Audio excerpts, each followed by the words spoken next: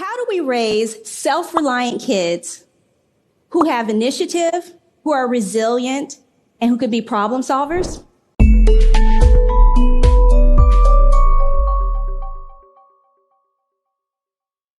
The first 7 years are crucial. I would say the first 3 years are the nub of it.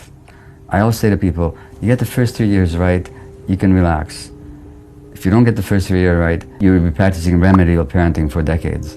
Little kids should be doing whatever they can that's productive and useful as young as they can. Like if you have a 2-year-old who's just toddling around, you can get that 2-year-old to set the table up. And you say, okay, go put this on the table. No, they can't exactly put it beside the plate because they can't see the damn plate. Right. But the kids are actually, if you're careful with them and you adjust your expectations to their level of developing expertise, that's called the zone of proximal development, by the way, they're more than happy to comply because it helps them develop and move forward, and they have a really powerful instinct for that.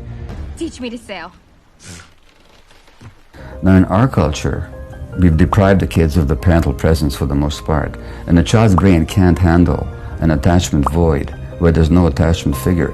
And in the absence of the parent or the nurturing adult, the child will fill that void with the peer group. Now kids become far more peer attached than is healthy for them, and now peers become their models and their mentors, templates for how to be, how to walk, and how to talk. It's really useful to play physically with your kids because that's how they learn what doesn't hurt and what does hurt.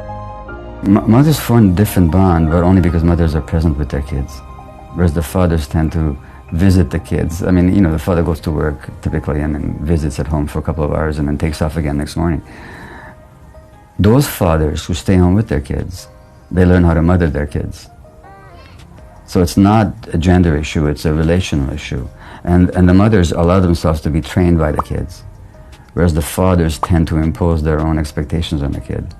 And so one of the things you do with a father is like you stretch your kid out and you tap them and poke them so that they know what play is and they know what hurts and what doesn't, and you let them hit and wrestle with you so they can figure out that they shouldn't put their thumb in your eye. And it's kind of how they learn to dance too, and to get coordinated, and it puts the kid in their body and gives them a kind of confidence.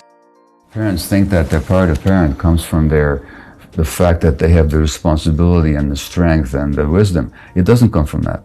The part of parent comes from the desire of the child to belong to you.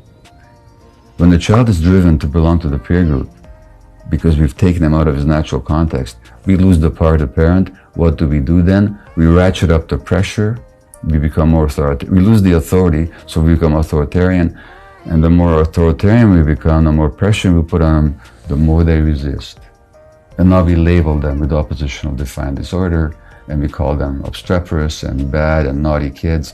All they're doing is acting out their attachment dynamics.